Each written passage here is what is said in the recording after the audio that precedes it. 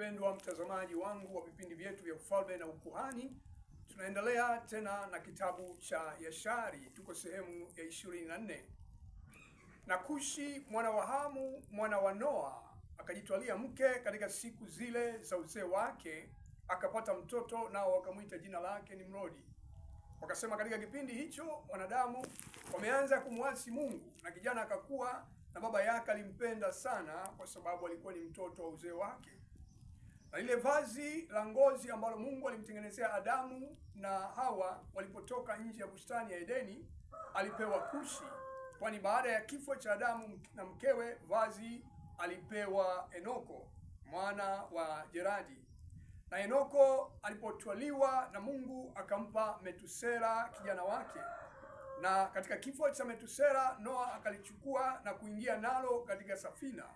Alikuwa nalo hata alipotoka nje ya safina. Wakati wa kutoka nje, Hamu akaiba lile vazi kutoka kwa baba yake, akalificha kaka zake wasilioni.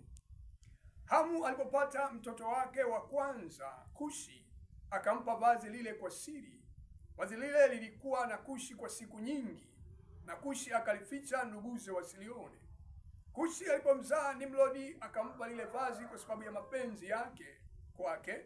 Nimrodi akakuwa, alipokuwa na miaka 20 akajivika lile vazi. Mungu akubariki kwa kuendelea kunifuatilia. Mungu atakupa kuelewa kwa nini nimepewa nafasi ya kukisoma kitabu hiki mbele zako. Tukutane katika sehemu inayoendelea.